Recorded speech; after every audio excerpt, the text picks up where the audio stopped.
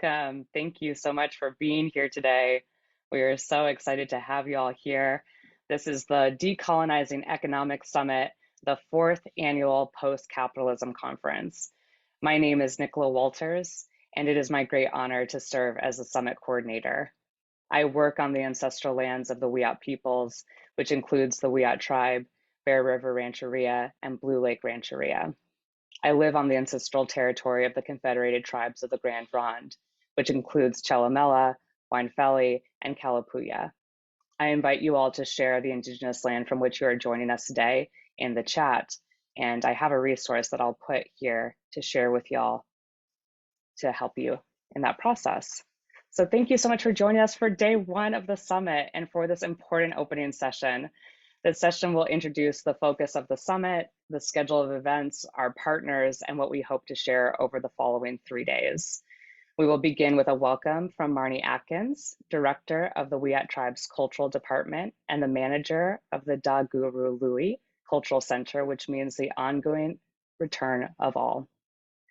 We will also hear from the Wiyot Tribe employees, including Adam Canter, Director of the Natural Resources Department, Robert Pitts, Director of Health and Human Services, and David Cobb, Advancement Manager of the Wiyot Tribe Dishgamu Community Land Trust, who is also a summit organizer. Miki'ala Catalfano will represent Native Roots Network, one of our anchor organizations for the summit. And we'll also meet some of the key faculty members from Cal Poly Humboldt, who served as a part of the core organizing team for this year's summit. This event would not be possible without an incredible network of students, organizers, and participants, and we have a lot to share with you today. We are so thankful to welcome you all, to encourage your participation in this important event. And I now welcome Marnie Atkins to lead us in the welcome and to share more about the Wiyot Tribe's Cultural Department and Center. Thank you. Hello, everyone. I apologize for not having my camera on. I'm having some camera technical difficulties, but you can see me looking, drinking my coffee and being happy as a clam in the sunshine from my picture there. I want to say Ayuki, Ayukui, De Lahan, Hey Young, and Hotwatlo. Welcome. Beatnuk Marnie, Yil Sulatluk, Yil Wiyot, Yil Jarujiji Dadadalis, Ruguik, Kidawilish, Judy, Yidaashtug, Rutsek Matt, Wuguch Gariyak Jul, Wubiju, Gariyak Lee, Wuguch Gariyak Irene, Wu Bijuch Gurak Grady, Wu Bijuch Gurak Eugene. Those are my relations. Those are my family, who I come from. I wanted to say that the tribe in 2021 adopted a Wiyot tribe land acknowledgement, which may sound a little strange coming from a tribe, since this is our ancestral lands that I'm currently sitting on, and maybe many of you are as well. But it made sense, and here's why. We acknowledge that we are living and working on the unceded territory of Wiyot people. Most present-day Wiyot people are enrolled with the Wiyot tribe, but some Wiyot descendants can be found at the Bear River Band of Ronerville Rancheria and the Blue Lake Rancheria. The division of Wiyot people's families and lands is a direct result of colonization and genocide inflicted upon Wiyot people. These same impacts are experienced by millions of other indigenous peoples living across this continent. Wiyot people remain engaged and involved in reciprocal relationship with the lands, waterways, air, plants, and animals of our ancestral homelands. Our ancestral homelands range from Slut Gossamalium, Little River in the north, to Wiyot, which is Bear River Ridge in the south, from Shu'ur, the Pacific Ocean, to the west, and the first set of Kus, hills or mountains, to the east. Waterways in the ancestral lands of Wiyot people include Batawat, now known as Mad River, Ikshari, now known as Elk River, Wiyot, now known as Eel River, and Giddigadalis, now known as Van Dusen River. Wiyot ancestral lands are surrounded by the traditional, ancestral, and present homelands of several indigenous nations, including the Tolowa, Karuk, Yura, Hupa, Cholula, Wilkut, Matol, Nongado, Lassik, Sinkyone, and Wailaki, who also reside in what is now known as Humboldt County, California. The Wiyot tribe commits to supporting our tribal neighbors in their efforts to reclaim, revitalize, and relearn their respectful ancestral languages, cultural practices, traditional knowledges, lands, and, when appropriate, will ally and advocate on projects that support our tribal neighbors' health and well-being. I wanted to share with you briefly about the Louwi Cultural Center. When we were coming up with a name, we were trying to envision what this place is, and it actually is very simple. It's the ongoing return of all. This means our language, our traditional practices, our health and well-being, the health and well-being of our lands and waterways, air, animals, plants, and each other is at the core of what the Louwi Cultural Center is tasked with. It is our responsibility to care for the traditional lifeways and practices, ceremonies, and language of the Wiyot people. But we are committed to conducting engagement, outreach, and educational opportunities to both Wiyot people, Wiyot descended peoples, and our neighbors, no matter their ancestral origin, ethnicity, or race. My hope for everyone here today is to learn something new, or remember something important that you already knew, and carry it forward into the world and make changes that empower yourself and others, provide safe spaces for collaboration and change, and ensure respectful allyship and access for all. So I just want to say once again, welcome. If you ever have any questions, please do feel free to reach out. And thank you so much, David, for having me. I'll hand it over to you now. Thank you. Hu, Jawaksh. Hawatlo, Marnie, and Hawatlo to the 100 plus of you who are watching. My name is David Cobb. I have the distinct honor of being an employee of the Wiyot tribe, which is to say, I am one of those people that Marnie welcomed. I often say I am a guest on Wiyot ancestral territory. And I want to acknowledge that my mama taught me how to be a good guest to and with other humans. And I'm very grateful for that. And I try to do my best. If you have me over for dinner, I'll help wash the dishes afterwards. Some of you on this call can confirm that. But I'll also say, and it pains me to say, my mama did not teach me how to be a good guest to and on land because she didn't know. She taught me what she knew to the best of her ability. I now know, as I'm beginning a decolonizing journey of my own, that my ancestors were in last correct, right relationship with land and each other in what is now known as Scotland and Ireland. And the English Empire pushed them off, traumatized them, pushed them off their ancestral lands. They came to this continent and traumatized people and pushed them off this land. So I stand before you literally as a descendant of traumatized and traumatizer. Plenty of trauma to go around. But I am also a employee of the Wiyot tribe, not an enrollee. And the Wiyot tribe and tribal leaders and members and the work that I do with Dishgamu, the Community Land Trust, is to learn how to be an appropriate guest myself. And my hope is, as we go through the course of the day, that you'll get a sense of what that means. Because I'll be very candid, y'all. I've never had a Wiyot person tell me, you have to leave. I've never, ever heard that. What I have heard from those who I've come into relationship with that are willing to have a conversation with me have said kindly, gently, but firmly, David, we need to teach you how to be here differently. And then your job is to teach other guests how to be here differently. And that difference is to get into right relationship with the land and each other. And the work that the Dishgamu does is exactly that. I'm going to share my screen for just a moment so that you can see, I hope, the logo of Dishgamu Humboldt. Dishgamu means love in Salat Look, which is the Wiyot's traditional language that you heard Marnie speaking so beautifully at the very beginning of this session. Our whole purpose is to bring love back into the land, into the community, and to lift that up. And so you'll see at the very center of that heart is land back.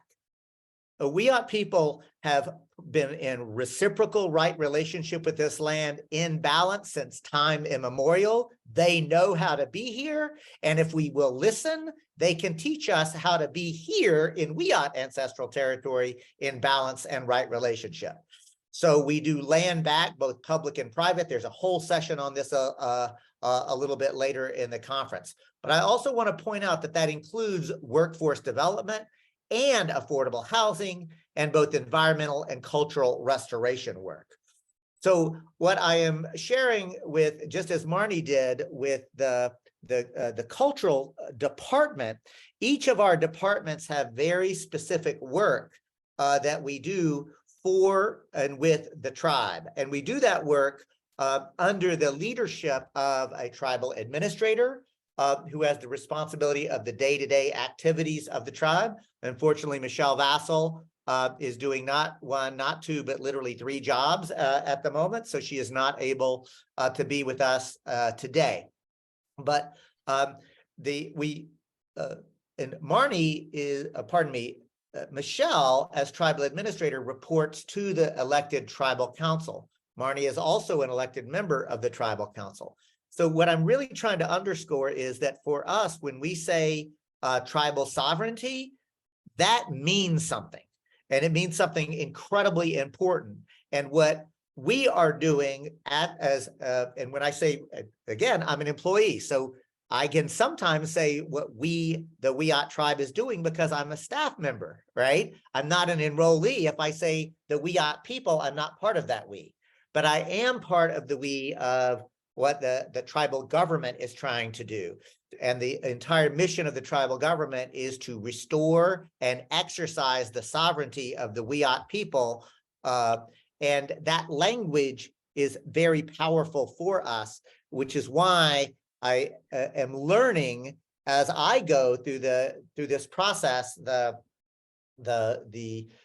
right relationship, not only with land, but also how tribal government works and how the sovereign nation of the Wiyot tribe and its government is supposed to be engaging and relating to the Humboldt County government and the city of Eureka and the city of Arcata and the city of Fortuna. And that, and I'll be very candid, sometimes requires a level of education for elected officials who are guests on Wiyot territory.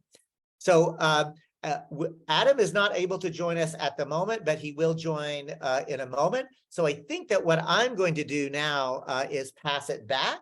And when Adam joins us, I'll ask if we can bring him on. And when Robert joins us, I'll ask if we can bring him on. But I'm scrolling through and I don't think that we have my fellow employees of the tribe. So at this point, I'm going to pass it back. Well, thanks so much, David. And we recognize that everyone who's been putting together this conference has been doing so while also managing a lot of different jobs. And so I appreciate them taking the time when they're able to make it over here. But we do have some other folks that have been really integral to how this conference has developed. For those of you who are coming in, my name is Nicola Walters and I am serving as the summit coordinator. But I'm also a faculty member. I'm a lecturer at Cal Poly Humboldt, and I'm a labor organizer for the California Faculty Association and with Higher Ed Labor United. And so the way that we have been working on this conference for the last couple of years has been really an iterative developmental experience, if you will, where we started with a very post-capitalism focus for the first 2 years, really emphasizing post-capitalism as the focus for this summit. But 2 years ago, so last year and now again this year, we've been challenging ourselves to really incorporate a very explicit focus on decolonizing economics. And this has been emphasized and expanded through the relationship with the Wiyot tribe and with the Dishgamu Community Land Trust in particular. And so these kinds of relationships that are integral to, as David and Marnie have already expressed, in us being here, being in this space, is what we have been bringing forward in this summit and into the creation of the Decolonizing Economics Summit. So this is the 4th year, and as we continue to build our network of people and organizations that have been involved with this summit, we do very much lean on our faculty from Cal Poly Humboldt, but we also want to be clear that this conference is not formally sponsored by Cal Poly Humboldt as an institution. That means that we actually get support from individual departments and faculty members in order to have the conference that you see here as well, in addition to other partners that we'll talk about in a second also. And included in that group of faculty members and departments, it's important that we acknowledge the contributions of our Native American Studies Department, our Sociology Department, Politics, of which I'm a lecturer, and we also have support from Art and Film and Environmental Studies as well. And David, I'm seeing that Adam just joined us in the meeting, so we can also pop over there when Adam is ready. But this will be a little bit of a preview of some of the ways that the departments and faculty members have been working in conjunction with the tribe, with the Dishgamu Community Land Trust, to think about how we create summits that are kind of moving along with the goals and the hopes that we have for ourselves and our community together. And so because Adam is here, I do want to pop over there just for our time, and then we'll be actually going on a little virtual tour of some of the pieces of that are in our surrounding area through the introductions of the faculty. So we'll bounce over there. I'll pass it back to you, David. Well, thank you so much, Nicola. And Adam, thank you for joining us. I'm just going to introduce Adam very briefly. Adam is the Department Director of the Natural Resources Department. He is a botanist. He has been with the tribe for, I think, 14, 15 years now. I have learned so much from Adam, and I am grateful to call him a friend as well as a co-worker. So Adam, welcome to the Decolonizing Economics Summit, and please share with us a little bit about what you do for and with the tribe. Well, good morning, everybody. Thanks for that awesome introduction, David. Sorry I was a couple minutes late. And yeah, Wiyot Ancestral Territory is about 500 square miles, and a lot of our job is just kind of bringing Wiyot stewardship, back to the lands around the Wiggy or Humboldt Bay, the lower Wiyot or Eel River, and the lower Bottawat, Mad River up to Moonstone Beach. And I was thinking about this last night, how hopefully we're starting to make some change here, but for years tribes have kind of just been viewed as another stakeholder in the government process or in decision-making processes. But tribes have been the ancestral peoples of their homelands since time immemorial, and are sovereign governments. And so they're really on the same level as federal government, as the state government, if not above that. And I think when you're thinking about natural resources and ecological restoration, which is a really big industry in Humboldt County, a lot of people find their work restoring all the environmental damage that was done during the height of the resource extraction periods of the timber wars, and before that the gold rush, and then the green rush. It wasn't until recently Natural resource management and science has been like in this ivory tower, of academia. And tribes were never, consulted about, what plant species would they like to see in this restoration project, when, they're probably the most knowledgeable folks to consult with about a particular creek or river or drainage or mountain. And I think finally folks are kind of starting to get that, Another thing you see is academia, non-governmental organizations, governmental organizations, kind of using tribes to get funding in the grant world, and not really investing in a true partnership and relationship building and trust building that's needed to decolonize. It's about trust. It's about reciprocity.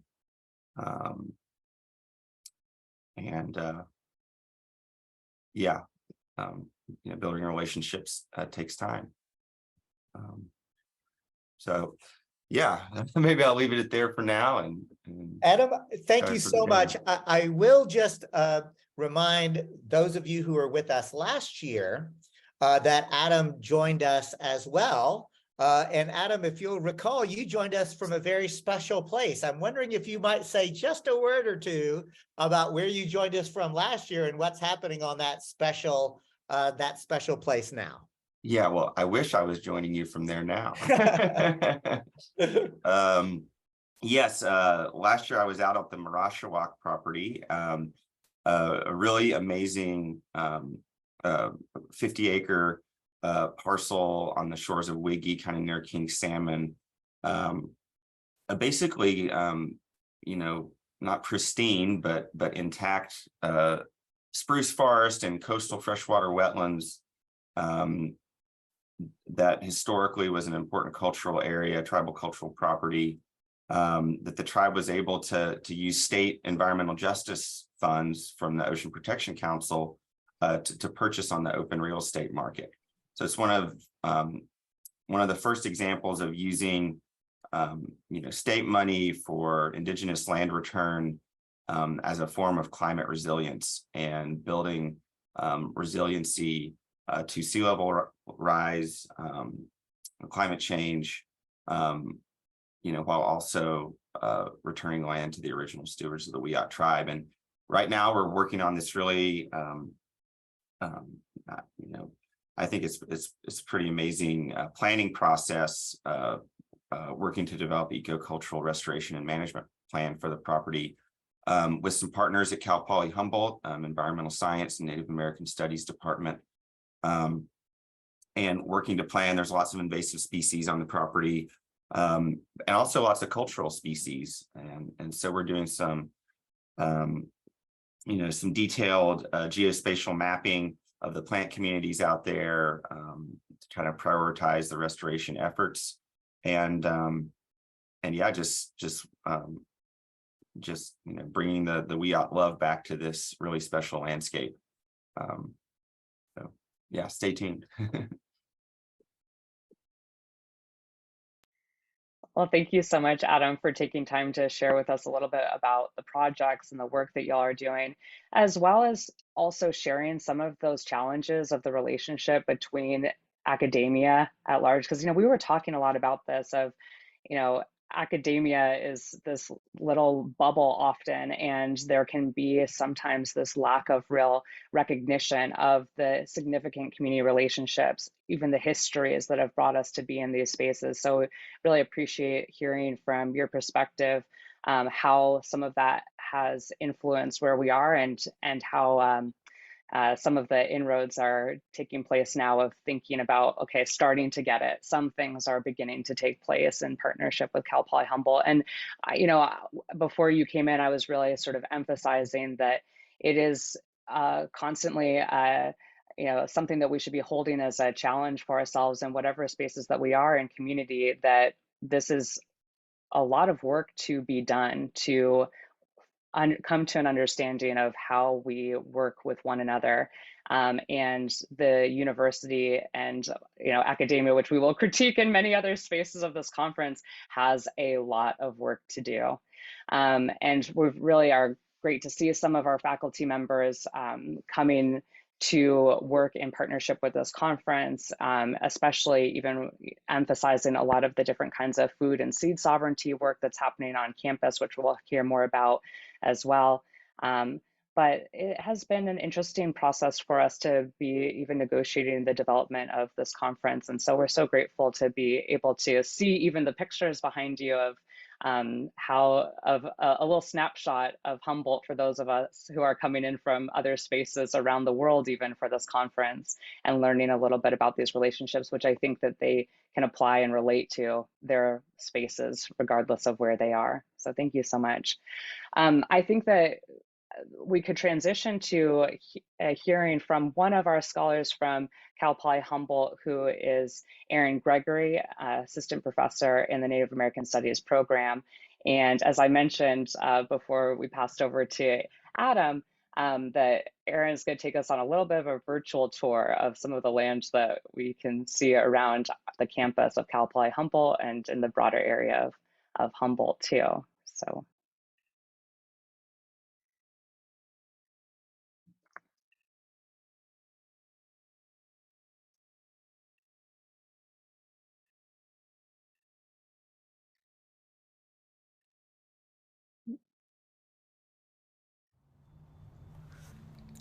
Welcome to the 4th Annual Post-Capitalism Conference and Decolonizing Economics Summit. My name is Dr. Aaron Gregory, a scholar of science and technology studies and critical infrastructure studies, currently holding the position of Assistant Professor of Native American Studies at Cal Poly Humboldt. We are gathered here for the 4th Annual Post-Capitalism Conference and Decolonizing Economics Summit to engage in a manner of critical questioning, to question the rise, rhetoric, practices, and political possibilities of decolonization. Acknowledging the Wiyot lands and peoples here in Northern California, the question of decolonization is of paramount concern. Here and throughout Turtle Island, more recently known by its settler name of North America, we are engaged in a wide array of decolonizing movements. Yet, there are many so-called decolonizing movements that misrecognize the term and its implications. Decolonization is increasingly mobilized as a prefix for a growing number of social, environmental, and economic justice movements with goals that often diverge from the radical agenda of decolonization. We hear calls to decolonize economics, decolonize education, decolonize the workplace, decolonize yoga, decolonize your diet, and so forth. Noted scholars Tuck and Yang respond to the overuse and misuse of the term, reminding us that decolonization is not a metaphor. Decolonization attends to the comprehensive dismantling of colonial and capitalist structures, the settler governments, economies, legal systems, industries, infrastructures, and technologies that shape our contemporary societies. As Patrick Wolf reminds us, settler colonialism is a structure, and as such, decolonization demands the comprehensive dismantling of this structure. Decolonization is not about increased access, inclusivity, or diversity within these colonial structures, reformist maneuvers that merely strengthen and legitimize existing colonial and capitalist regimes. Decolonizing economics, the namesake of this summit, calls into question the possibility of reforming the system of global capitalism. This form of political economy is the primary tool of colonialism, past and present. A similar understanding can be applied to land back as a decolonizing movement.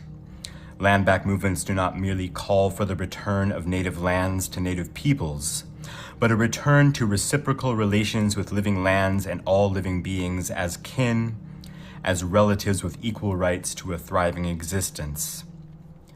Land Back calls for the dismantling of colonial and capitalist systems that exploit and enslave living lands and living beings, rendered as built environments made of concrete, steel, and plastic. Lands violently disfigured as property or as natural resources. Decolonization does not call for greater access, inclusivity, and diversity within the most virulent and contemporary form of colonialism, the global networks of internet and information economies responsible for conducting violence upon indigenous lands and peoples, while rendering our societies subject to mass state surveillance and data profiteering by multinational corporations that rival our antiquated nation-state system. How then are we to define and pursue decolonization? We recall that anti-colonial and decolonizing movements in Africa, South America, and Asia help us understand decolonization in its most literal sense of the term, as a radical form of revolution. Here on Turtle Island, anti-colonial movements, otherwise known as the Frontier Wars and Indian Wars, bring us closer to an understanding of what a comprehensive and generational movement toward decolonization might require. Alternately, a rich and vibrant body of post-colonial scholarship demonstrates the failures and dangers of so-called decolonization movements that leave colonial and capitalist structures intact, changing only the persons responsible for governing and managing these systems. As Audre Lorde reminds us, we cannot tear down the master's house using the master's tools. And at the same time, there are those that misrecognize decolonization through the impossible dream of a return to pre-colonial traditions and histories, failing to recognize the ways in which our lands and societies have been irrevocably altered through centuries of colonialism and capitalism. Noted post-colonial scholar Achille Mbembe reminds us that we often rely upon concepts and strategies from an entirely different age and epoch, while currently confronting an entirely different colonial apparatus which requires us to produce radically new concepts and approaches. Decolonization refuses calls for reform, thereby perpetuating existing colonial and capitalist structures. It demands a comprehensive dismantling of these structures. Yet, decolonization asks so much more. As a theory of change, decolonization asks us not only to imagine, but to actively produce a new futurity and mode of world-making capable of producing a multi-species society constituted through reciprocal relations of care. We welcome a diverse array of scholars, activists, practitioners, and participants to engage with the radical possibilities of a decolonized future during this 4th annual Post-Capitalism Conference and Decolonizing Economics Summit. Thank you all for attending.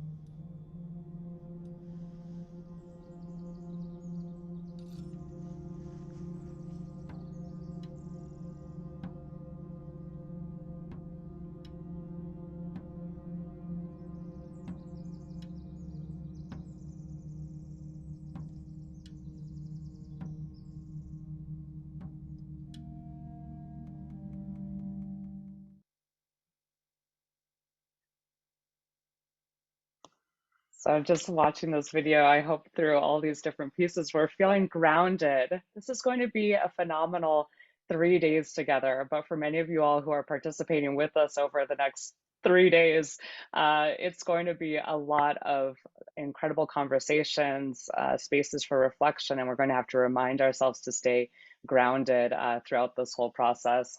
So working with Aaron Gregory and the contributions from Native American Studies has been instrumental to this conference. I also want to acknowledge the contributions from the sociology department through Dr. Tony Salvaggio, who has been an instrumental part of this conference since its inception, and it has been really taking the lead on our Earth Day celebration for all of y'all who are in the Humboldt area amidst those trees that you just saw in that video. You are invited to join us on Earth Day on Saturday, the 22nd, for our Earth Day celebration from 3 to 8 p.m. So having Tony's involvement in this conference has been phenomenal in guiding how we have developed this conference over the last few years.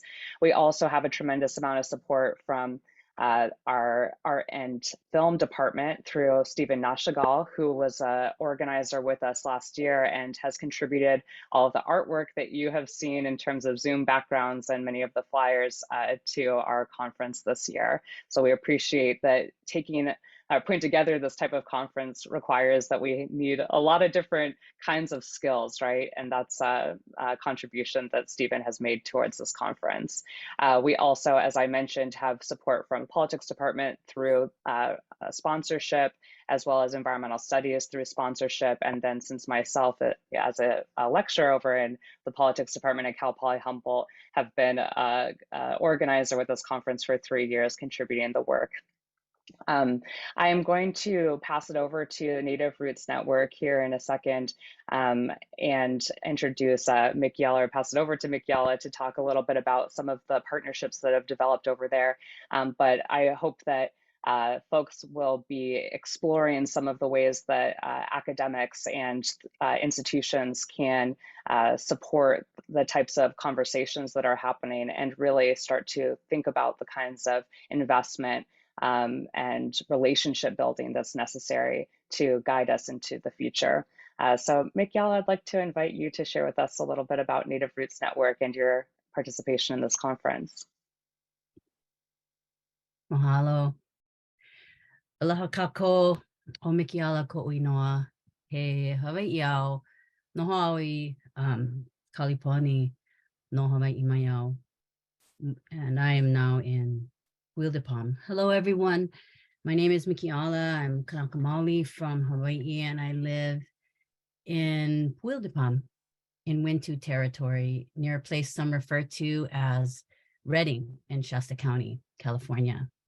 As a diasporic Native Hawaiian, my kuleana, my responsibility requires me to be accountable to Wintu cultural leaders in the place where I live. I'm an artist, traditional dancer, community organizer, and co-director of the grassroots Indigenous-led organization, Native Roots Network. Our mission is to exert Indigenous-centered pathways to advance a just and vibrant community, and we take that work very seriously. We're proud to be part of the Decolonizing Economic Summit to struggle alongside so many of you and the projects and organizations that we respect, share knowledge with, and learn from. We're committed to building strong connective tissue with you and others in this fight for a livable and sustainable future that allows us to care for Papahanaumoku, Mother Earth, and all the life upon her, including, but not just, us humans. Thanks to the organizers of the summit and the sponsors who are making this happen and helping to further these efforts and our work. And thank you for this vital time together. We were asked to share why we support the summit. And to answer that question, I'd like to start by sharing a section from Sub Galeano's workshop entitled Internationalist Vomiting from the Zapatista Center for Maritime Terrestrial Training from December 2020. I'm going to share my screen.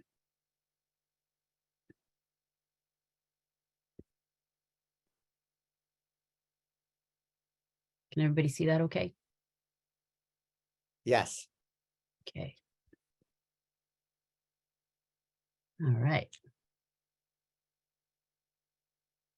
In this excerpt, the fierce 9-year-old girl, Defensa Zapatista, the embodiment of a rising feminine power within the Zapatista movement, finds herself in the difficult position of being misunderstood in her efforts to explain where the movement must go. Storms respect no one. They hit both sea and land and soil alike. Even the innards of the earth twist and turn with the actions of humans, plants, and animals. Neither color, size, nor ways matter, old Antonio says in a low voice. Everyone falls silent, half out of respect and half out of terror. Women and men seek to shelter from wind, rain, and broken land, waiting for it to pass in order to see what is left. But the earth does more than that. It begins to prepare for what comes next, what comes after. In that process, it begins to change. Mother Earth does not wait for the storm to pass in order to decide what to do, but rather begins to build long before. That is why the wisest ones say that the morning doesn't just happen, doesn't appear just like that, but that it lies in wait among the shadows, and for those who know where to look, in the cracks of the night. That is why when the men and women of maize plant their crops, they dream of tortilla, atole, pozole, tamale, and marquisote. Even though those things are not yet manifest, they know they will come. And thus, this is what guides their work. They see their field and its fruit before the seed has even touched the soil. When the men and women of maize look at this world and its pain, they also see the world that must be created, and they make a path to get there. They have 3 gazes, one for what came before, one for the present, and one for what is to come. That is how they know that what they are planting is a treasure, the gaze itself. Stop sharing. So native roots, coming from our indigenous understandings, like old Antonio, we look at the world through these 3 gazes, past, present, and future. As I was taught from a Hawaiian perspective, I think of the piko, the umbilical cord that connects us to the ancestors, to our present, and to our future. And to understand why Native Roots Network supports this summit and believes in its importance is to understand Native Roots Network in these 3 gazes. In our past, our work emerged built upon so much work that came before us in cultural preservation, resistance, sovereignty movements, and more. In my own lineage with cultural practitioners and leaders like Tutu Kavena Pukui, Auntie Mikey Ayu Lake, and Auntie Maputi Silva, among many, many, many others. Our work began in 2004 with projects to strengthen Indigenous identity, building community through Native youth cultural exchanges, ceremonial and community runs, advocacy, art exhibitions, so many things. And now, through these activities, though they were positive, once they were over, we learned we hadn't changed or created conditions that liberated the community. So we pursued and continue to pursue culturally relevant economic development to address the material needs of the people. Like Old Antonio said, we began preparing for what comes next. We started learning about social enterprise models from places like Ma'o Farms, about cooperatives and the solidarity economy through the Next Economy MBA. We started hosting arts-based political and social movement workshops, which contributed to what has become an ongoing learning component of our work. It's important to note, too, that Shasta County, if you haven't caught us on the news, is a bastion of conservatism with a far-right supporting leadership in the International Evangelical Mega Bethel Church in a landscape laced with militia and Proud Boys. In came Trump, a series of catastrophic fires, car and campfires, and then the pandemic. For years, we have been solving for things like erasure and longstanding racism on simmer, or resisting the desecration of sacred sites. And it was clearer each day that what we needed was to consider building what we called an ecosystem of care at the time. And we came to understand the potential of the solidarity economy. Over the past 2 years, we have incubated a solidarity economy community, Collab Shasta, as a sister, a satellite, connected in thought, and hopefully in the future, even more indeed, with other solidarity networks, such as Cooperation Humboldt, and through that DNA, many of you here as well. We and others in the Collab Shasta are taking the measured steps to learn how to work cooperatively, how to disagree constructively, among many other things. Some of us are actively working on Shasta Prec, a permanent real estate cooperative adopted from EB Prec in the Bay Area. And so we are here to continue learning and connecting with you and with others who also, in all of our different ways, understand the importance of navigating a path to our tortilla, atole, kalo, and acorn. We come to learn and to share knowledge and new techniques, technologies, and learnings from other networks that we want to take back to our community. But we are also here because we understand how important we as Indigenous peoples are in helping to shape movements and our collective futures with these three gazes always in our minds. And we are here to build a future, not just for ourselves, but for everyone. Thank you.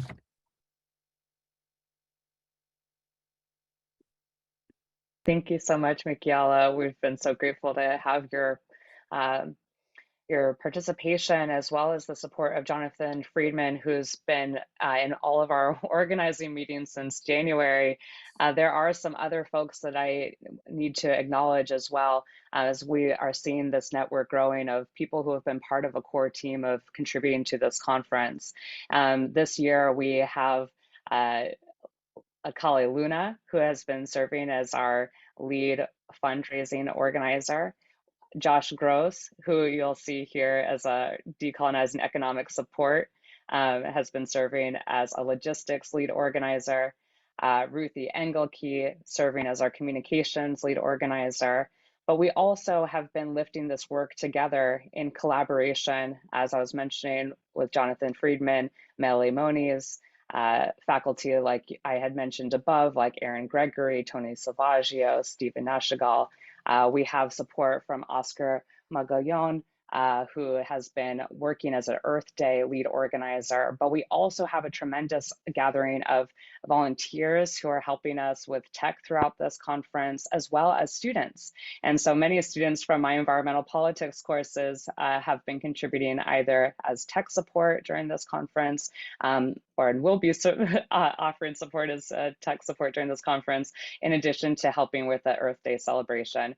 And this is how it has been for the last few years. We really have relied on a network of support that has been growing, but also really leans on this being an educational process for many of us. So learning, and for students coming in and seeing behind the scenes how you go about putting together virtual gatherings like this, since we shifted to fully virtual due to the global pandemic, but also for students to see that relationship building and the sort of organizing that takes place in order to put together the beautiful collection of different panels and sessions and workshops that you'll see over the next 3 days. And so these folks have been instrumental to this work.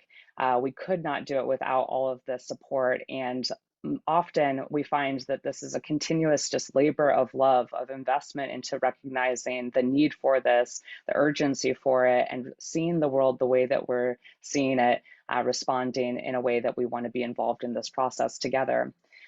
So this is just a collection of some of the folks who have been helping us to put this together. But I know David and Miki'ala and myself will be talking a little bit more about the sponsors who have come together to help with that. And so David, I also invite you to speak a little bit about some of the sponsors that have been really helping to bottom line this conference so that we are able to contribute honorariums to our presenters who you'll be hearing over the next couple of days, and paying stipends to some of our lead organizers for organizing this event. So David, did you want to go ahead and lead us in that? Well, thank you so much. And as I take the video and the mic, either Nicola or Michael or Josh, if somebody could throw up the website page where we acknowledge the sponsors, because I think that, as Miki'ala had done and others have done with the videos and the visuals, it's helpful to look at that. Some of us are oral learners, some of us are visual learners, others are, and poor kinetic learners, right? I'm so sorry. I wish that we had some way to help the kinetic learners. But let's stop for a moment on that page, because I want to acknowledge the first year that we did this, it was in person, it was pre-COVID. The Department of Sociology, Professor Tony Salvaggio and myself were really the key people who said, gosh darn it, we can do this thing, right? And we had just about 200 people. now, and we weren't able to pay honorariums. We literally funded it ourselves. But take a look at this list that you're looking at now. Yeah, go back to the top, because I do want to just literally say them out loud, because we've got one project, the California Faculties Association, the Wellbeing Economy Alliance, Dishgamu Humboldt, Cooperation Jackson, Hoth Gross Institute, the Resist Foundation, the U.S. Solidarity Economy Networks, Cal Poly Departments of Politics and Sociology and Art and Native American Studies. We have the NDN Collective, Next Systems Project, the U.S. Federation of Worker Co-ops, Native Roots Network, California Community Land Trust Network, the California Public Banking Alliance, Shareable. We've got the California Faculties Association, Sustainable Economies Law Center, the Democracy Collaborative, Open Collective, KMUD Radio, the Higher Education Labor United, the Green Eco-Socialist Network, Democracy at Work, Solidarity Research Center, Upstream, California Trout, the Participatory Budgeting Project, and a podcast that I can't see because it's too small on my screen. So if somebody can actually say Fire it. these times. Thank you, the Fire These Times. This is the thing, y'all. Some of these contacted us and said, we've just heard about what you're doing, and we want to help you. Are you able and willing to accept a sponsorship? That's how hungry people are. And I want to say with candor and clarity that I think that the offering that is brought together as love, but also it's a fierce love. It's not a saccharine love. It is a deep commitment that Mother Earth is calling to us, because we are the people in this generation, as capitalism is not just in late stage, but end stage, as fascism is rising. I want to offer you both sympathy and congratulations for being on planet Earth at this moment, because what happens now and what we do collectively over the next, I'm going to say 10 to 15 years, is literally going to shape the future, because we are coming to end stage. The global collapse is not coming, it's happening now, and it's accelerating. And capitalism as an economic system can't solve the problem, because capitalism is the problem. It is an economic system literally based on a power over dominator system, right? That is extracting the world, and it's consuming Mother Earth faster than she can replenish herself.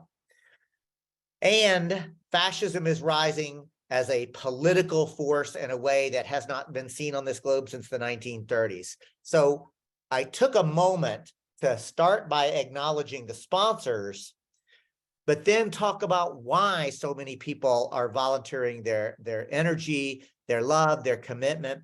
And we are now able, thanks to these sponsors, to be able to pay honorariums. We started doing this with a pledge that we would prioritize honorariums first to our BIPOC presenters to acknowledge systems of oppression. But I can now tell you, thanks to these sponsors, we are going to be able to offer honorariums to every individual or organization that is presenting through the course of the day. So with that, I want to say again, from the culture that my mama taught me, a level of deep appreciation to these sponsors. It's not just money. It is an investment in ourselves and this movement, and the knowledge that we can do this.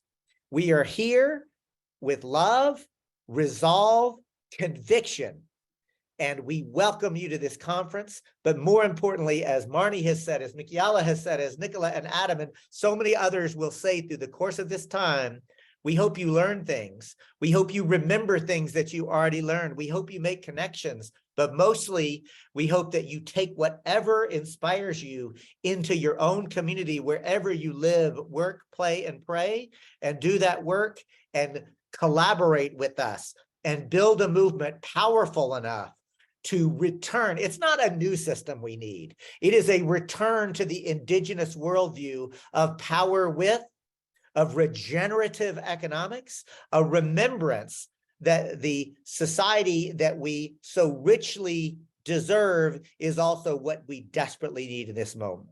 Jawaksh. And so maybe we can talk a little bit about some of the things that we're most excited about in this conference, just so you all know what's ahead of us. Because I was seeing some of the contributions to the chat, and of course, you know, there's going to be a mix of the theoretical, but it's very much going to be emphasis on the practical. What is the way that we actually do create transformative change in our society? So just looking at some of the things that we have ahead of us will help us to think about the work that's already happening. We'll see a lot of examples of what's in motion, and we'll also have opportunities to really participate and get involved with learning how we continue to build these relationships of transformative change.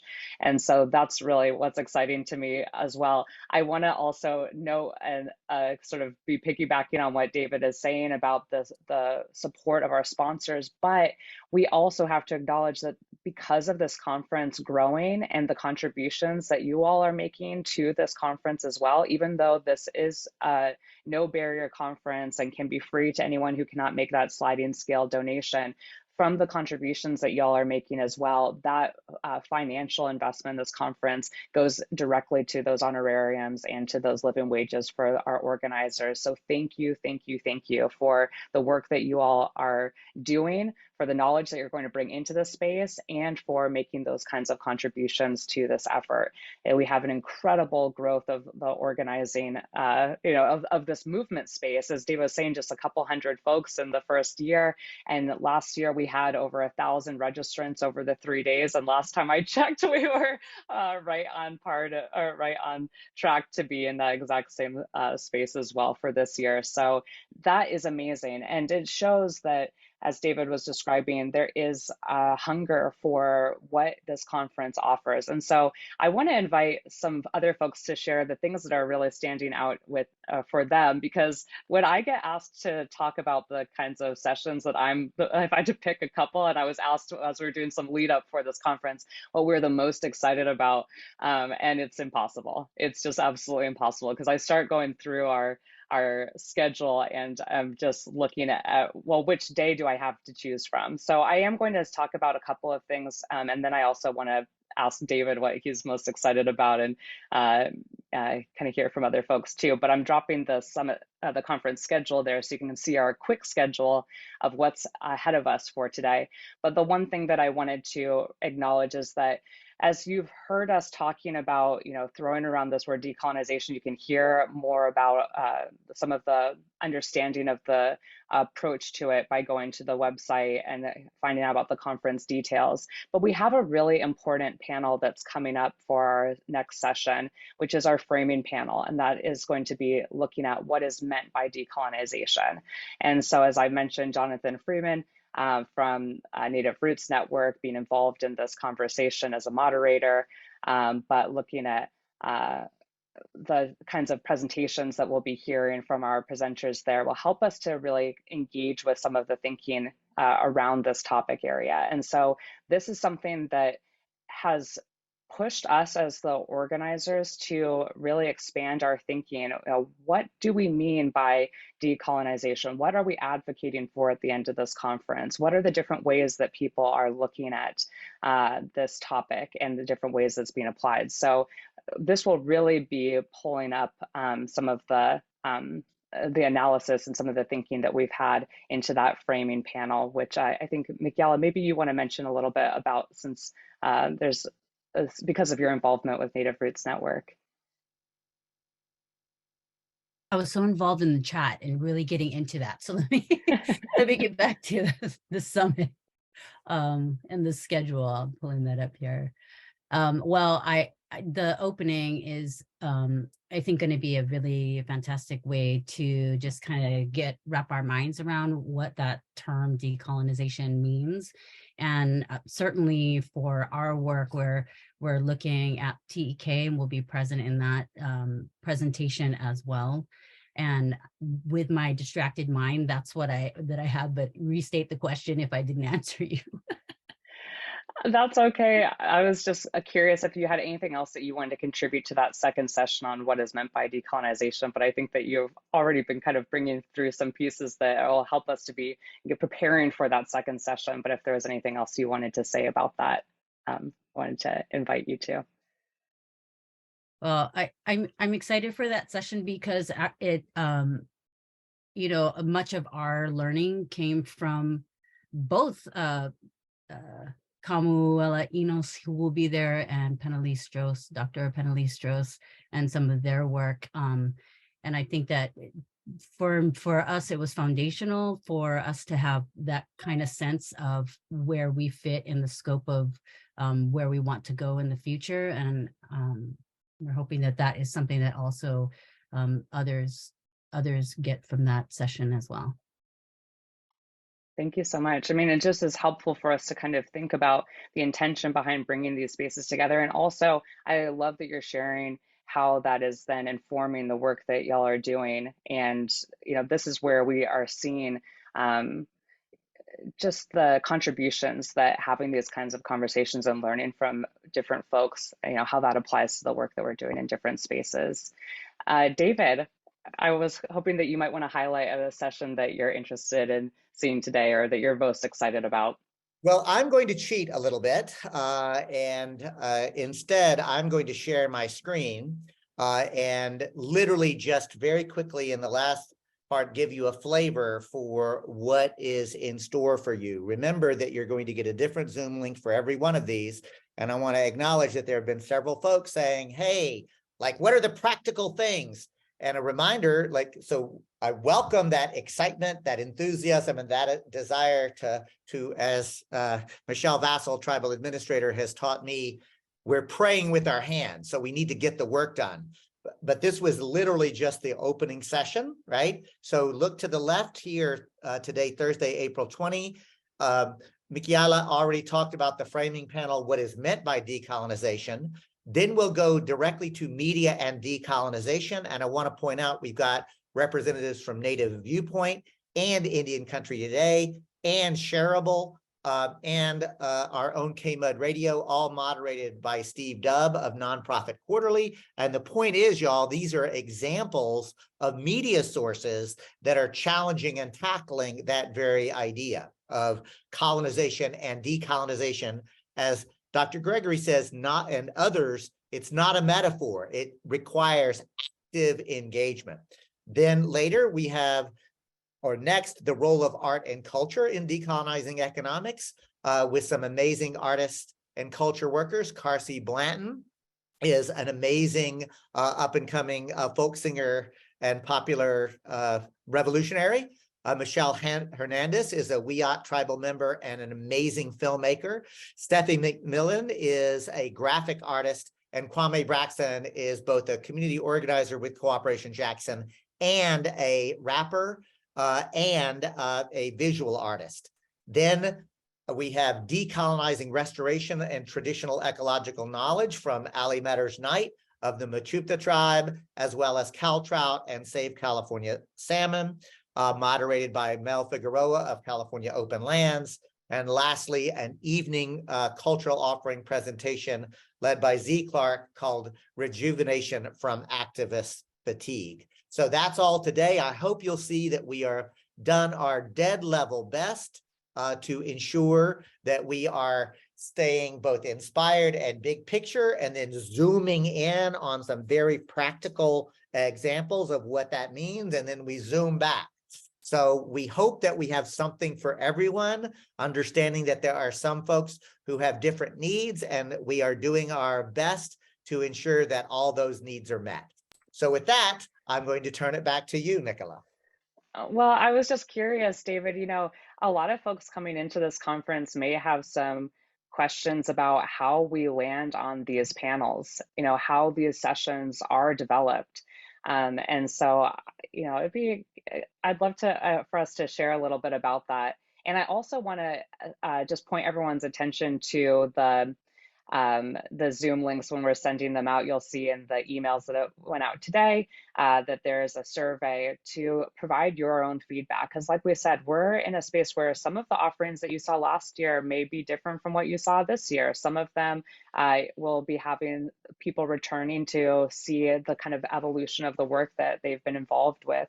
Some will be a little bit of a different angle on a topic that we've looked at before. And so I encourage y'all to take a look at some of those, at that survey, and give us some feedback, as well as, we appreciate all the contributions since this is the first session, seeing how things are flowing for y'all and how things are developing. So please give us feedback so we can continue to be doing the kind of work that we want to be doing and putting all this stuff together. But David, can you walk us through a little bit of the process of how this kind of got to be where it is? Well, I'll take that challenge, and we'll do so happily. A reminder, especially if you didn't either catch it or weren't with us at the very beginning, Nicola Walters, a professor at Cal Poly Humboldt in the politics department, described when we first began, it was called the solidarity economy, building a post-capitalist society. So the frame was solidarity economy, and I'm the co-coordinator of the U.S. Solidarity Economy Network. You'll see that the U.S. Solidarity Economy Network is one of the anchoring organizations. Miki'ala, thank you for the incredible shout out, even during some of the learning journey that you and Native Roots Network have been on. I was honored to hear you mention the Solidarity Economy Network.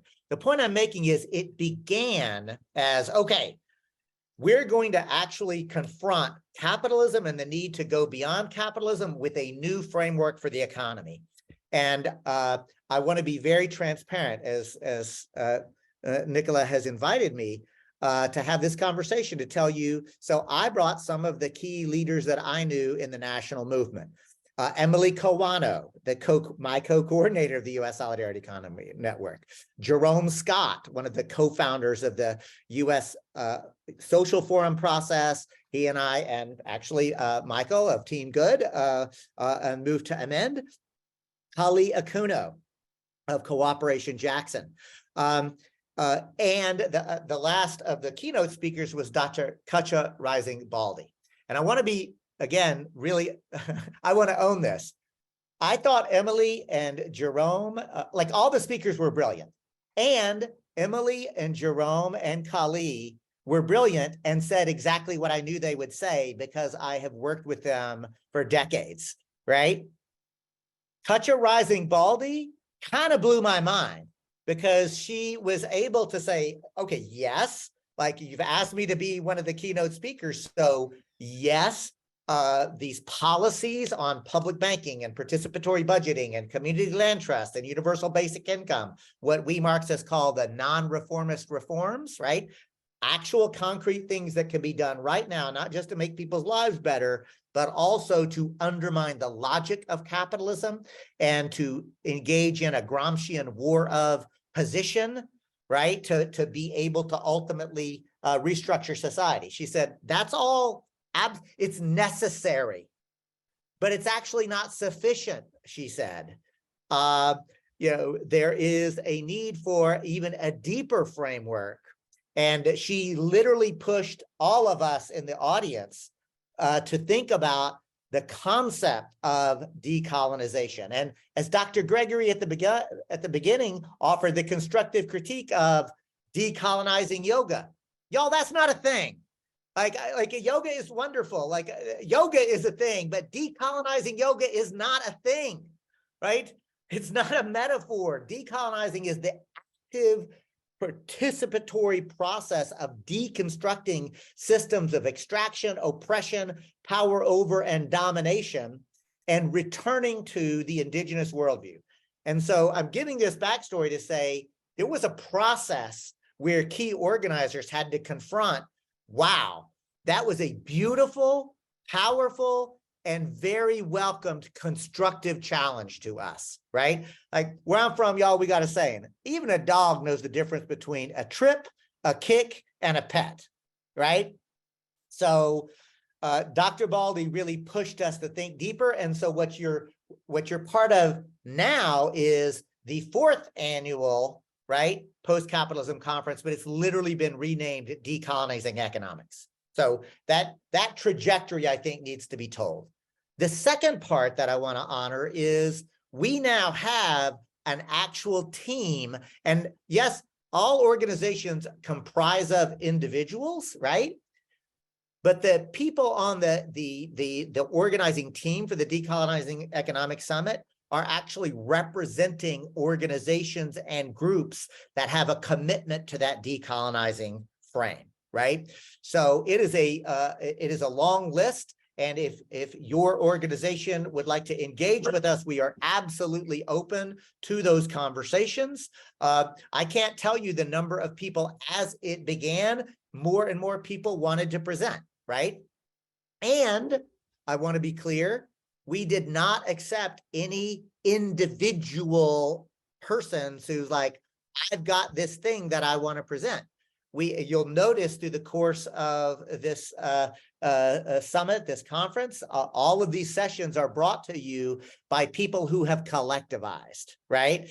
You know, as brilliant as Miki'ala is, and you're just on my screen, Miki'ala, so you're on my head. She's a brilliant human. I love her. Like we do work together. But if Miki'ala had come to me and said, as an artist, I want to do this thing, I would have said, Miki'ala, like there's a different container for that.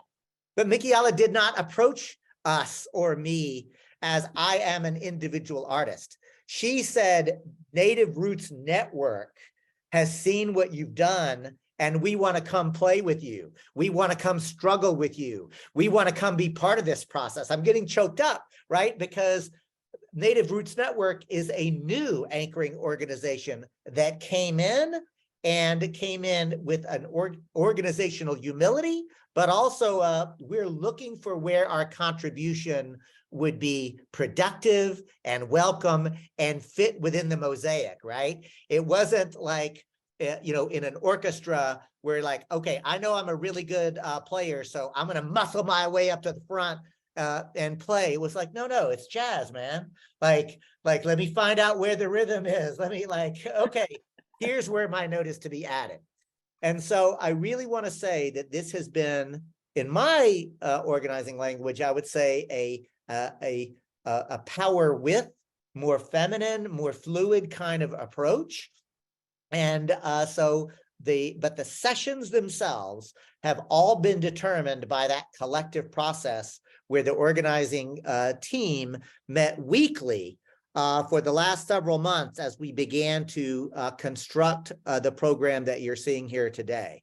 So, Nicola, I hope that sort of touches, or I've been responsive to what you were asking of me. Absolutely. I just think that story is really important for people to know. And I love that you're emphasizing the collectivity of these sessions.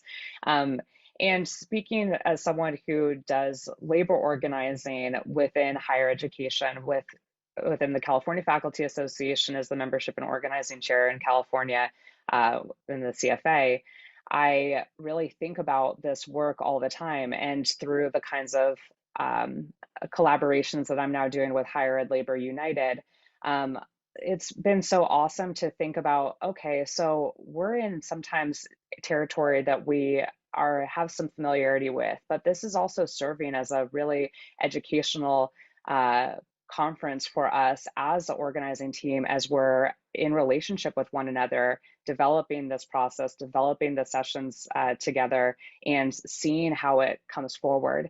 The Labor Organizing in Higher Education Roundtable on Friday between 3 and 4:30 Pacific time is something that I've invited a couple of our organizers from the California Faculty Association, from our Native American Indigenous Peoples Caucus, Sandy Kewanhaptewa Dixon, and Lisa Lee Oliver, to be in conversation with a different organizer, Naomi R. Williams from Rutgers.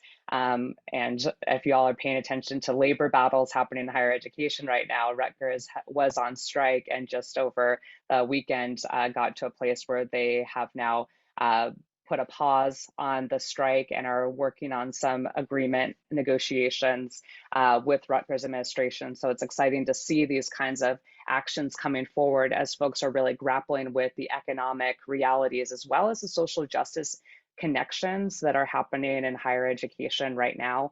And so I invited this panel to come together to also just be in conversation of how do we learn from each other, being on different sides of the country in higher education, but how do we also do things like build national movements? Higher Ed Labor United emerged in the last couple of years as a wall-to-wall, coast-to-coast vision of higher education, unifying workers of all sectors, of all job categories to think about how we move forward.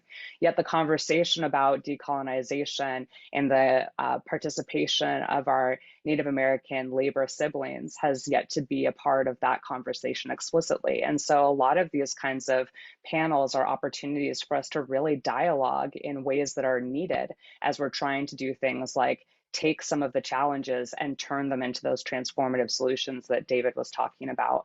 So I love that this is an opportunity for all of us to be learning, and we hope that folks will find these different areas to either connect to your own work, from this conference in particular. That's how I ended up getting involved with Higher Ed Labor United, with the organizers who had become the founding members of Higher Ed Labor United. And so really this conference, we hope, will be an opportunity for you to be making those kinds of relationships. You'll see that there's an offers and needs market on Friday evening by the Post Growth Institute as a real opportunity to be talking about what we need and how we get there. And so we really hope that people are dialoguing with one another. I love the robustness that's happening in the chat as people are talking not just about the theoretical, but how do we think about building relationships here? And we have seen the relationships that come forward from this conference is actually then snowballing into transformative movement spaces that are really trying to reshape whether it's higher education or community relationships around land trusts and organizing, solidarity economy work, or the different cooperations that are taking place across the country. We're going to hear from so many different folks about this kind of work. And so this is a process that we invite everyone to be participating in. There are a couple of things, David, I'm not sure if that was kind of sparking anything for you. I want to leave a couple of minutes at the end to just address some of the little details of the flow of the conference. So I've been seeing some folks that are eager already for our recordings. They're really eager for different areas of understanding how the flow of the conference will go. So we'll answer all that stuff. And I really appreciate y'all who are first timers joining us for this year. So thank you for reaching out through the chat. All of your questions have been directed to me, or you can also make sure that you're reaching out through email so that we can support you throughout this conference. But I want to take care of some of those details at the end. But David, I wasn't sure if there were other things that you wanted to highlight for us in terms of how people may want to be considering their participation here in this conference, or sort of some of the things that are still standing out that you might want to address for all of us. Well, actually, no, I feel complete for this first session personally. I do want to invite Miki'ala from Native Roots Network if she's got any closing thoughts before we kind of do the housekeeping. So Miki'ala, again, no pressure to do so, but it is really a warm introduction to you to see if you've got any final thoughts that have sparked from this opening conversation. I think as I am reading some of the things in the chat and understanding the urgency that I'm seeing in some of the comments there, and the desire to do, like, how do we actually apply this? Even what's happening in the chat is part of what we're trying to do, is to learn how to be together. And so much of that, and I've heard others say it in the past, it's pretty unsexy work. And it's so necessary. How do we say, like, come on, let's stop talking about this and let's get on and how are we actually going to do it? And I don't want to talk about theory and I don't want to thank people, and let's just get to it. And I'm there with you. There are points about that that I think are really important to keep in mind. The unsexiness of our relationship building, the decoupling from all of the way that we have been socialized to behave with one another, And the reality is, this opening is, it's setting the table for what's to come. And I'm with you with the desire for us to just get into it and let's solve this already. And it's a longer time frame, and it took a long time for us to get to this, pretty messed up place. And we're here in community with one another, with all of our differences. And I think that's the thing that rises to the top for me. And again, it is unsexy work, but the frankness of those kinds of things being shared, that's super important. And also having grace with one another. I think, when we open up and we use our pronouns and we share the different ways that we want to be together, using agreements and things like that, I think that those things are really important, because we're really retooling how we're going to be in society together. And those are the things that just come to mind as we're preparing for this summit, for us to keep in mind. Thanks. Thank you so much. Okay, so let's talk about some of the even less sexy stuff. And that's all the housekeeping for this conference now. I'm like, we've got to remember that there's got to be, joy, there's got to be love, there's got to be the expressions of care that we're giving to all of us that are doing this work together. And hopefully the rejuvenation from activist fatigue workshop this evening will also be an opportunity for folks to do a little bit of that regrouping of recognizing this work is hard, but there's something that brings us here, right? There's a reason that we continuously are connected to this work, and we'll sit on Zoom to be able to connect with one another. So let's talk about some of the pieces that may be helpful to you all over the next couple of days. So we will be recording all of the sessions. You can actually go to our website now and see the sessions from last year. So we will be recording each of the sessions and then making them available after the conference. We try to get on it as quickly as we can because we know many of you all were so eager and excited, but you may be balancing jobs and life and all sorts of other things that are going on. And so you may not be able to be here for every single session. So don't worry about it. We've got you. We're going to make sure that those sessions are made available to you all, and we'll email you all immediately when that is available so that you're able to get access to those sessions. So it's something that you may have missed. Also, in the past, people have really been interested in bits that happen in the chat. Certainly in the next couple of sessions, there will be times that people are interested in really dialoguing, or they're connecting with other presenters in the chat who may not even be presenting, but they are, we really build a kind of community through these sessions throughout the 3 days.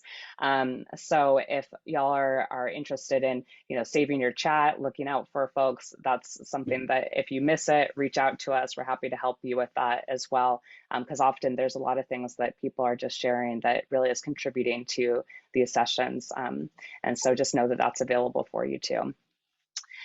In terms of giving your all's feedback, I mentioned already that we do have a survey. And so we do encourage you all to fill that out for us and just give us the feedback that can help us to continue to improve in this conference every single year. As I mentioned, this is a growing process for all of us. It's something that we're constantly learning in, and it's an educationally based conference in the sense that we have a lot of different people, whether they're actually students at Cal Poly Humboldt or organizers in different spaces learning about how to do this kind of work and host these kinds of conferences in this way. And so we're really all learning here together on a lot of different levels. So I just put that survey in the chat so you can give us some feedback. If you've had any challenges with registration, there are some things that are new for us this year. We have to acknowledge that we have actually partnered with a new organization that is helping us with our financials and helping to make it so that we can have something that is very easily processed for us. So working with the Green Eco-Socialist Network has been instrumental to being able to create that registration process. But we have two.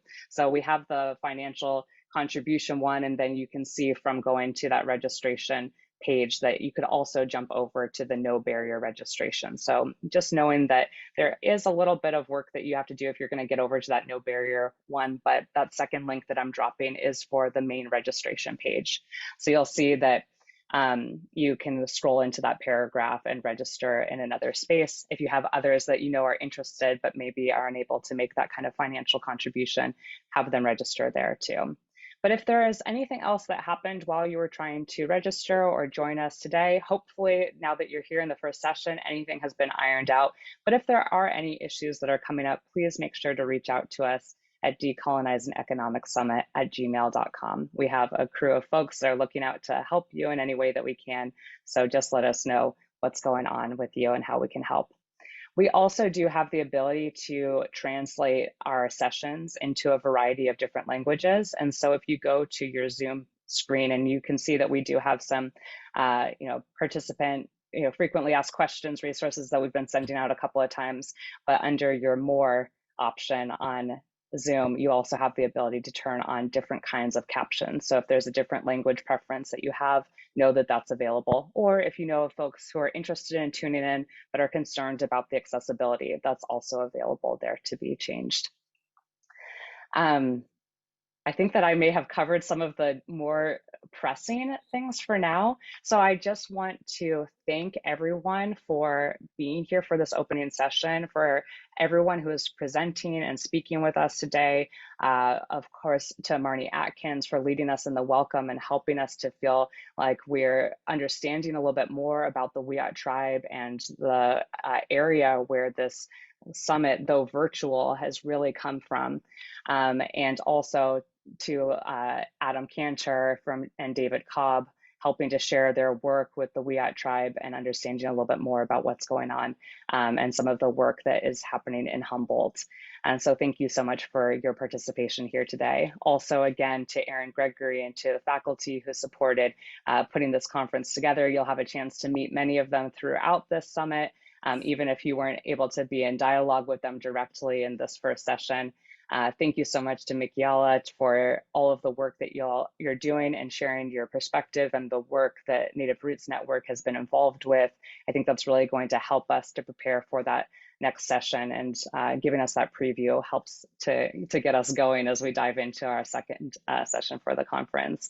And then, of course, thank you, David, for always being such a strong coordinator, organizer, advocate, mentor for all the work that you do in this space. David Cobb was the one who brought me into the summit space 3 years ago. And so I just want to shout out your hard work, your energy that you start the day with. I sometimes have a hard time understanding exactly how you are at the level that you are sometimes, but it's because of that energy and enthusiasm that we've been able to create such a powerful conference for you all. So this is a historic moment, folks. I mean, I'm actually not being hyperbolic when talking about this. We have really a growing summit of incredible people, not just thinking about academics or organizers or students, but and artists, but this real collaboration of many different perspectives and viewpoints and work experiences that are contributing to this conference. So we are so excited to be able to share these 3 days with you all. We appreciate your commitment to this, to share this journey with us in this process, and we can't wait for the next 3 days. David, any last closing thoughts? Well, I have to say thank you for the incredibly kind words. As my therapist has taught me to say, don't denigrate it and say, oh, it was nothing. Say, if it's true, thank you. That makes me feel good. So thank you, Nicola. That makes me feel good. Because I do this work not to feel good. I want to be honest, y'all. I already feel good. I have the great blessing of having genetics, that as long as everything else is okay, my biochemistry means oh, everything is fine, right? So that's a gift, right? And those of you who don't have that, I just send you love. But I have that as a gift. The goddess just said, oh, look, you get this. The other thing that I got was the gift of, some of you know me, I grew up in poverty, not working class, literally, I had an 8-year-old boy, one of my tasks was to carry a 5-gallon bucket of my family's excrement at the end of the day. I used to never talk about that because I was so ashamed of us for being poor. But learning consciousness, and you don't have to read Marx, but it helps.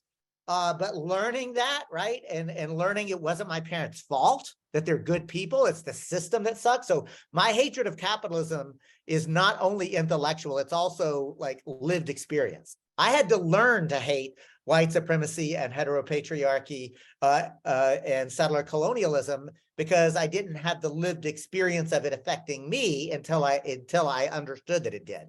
The point I'm making is that even though I had that upbringing, y'all, my mama loved me.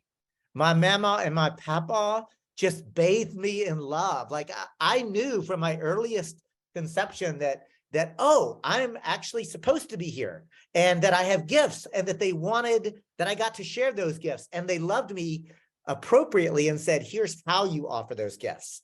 They disciplined me with that. We're going to make you better, right? We're going, and so all of that is nothing but appreciation. So I feel very fortunate. So the work that I do here is not to make myself feel good. Y'all, I'm doing this because I want to win a new world. And I know it's possible, not just to imagine it, not just to vision it, but to do the work of actually returning to the world that we're supposed to have. And the last thing that I want to say is to Miki'ala, like, you know what? Maybe I'm a freak, but I think organizing is sexy AF. I think I've got a movement crush on you and Nicola and Tony Salvaggio and Kali Akuno and so many others. I feel so grateful and fortunate to do that kind of sexy work together.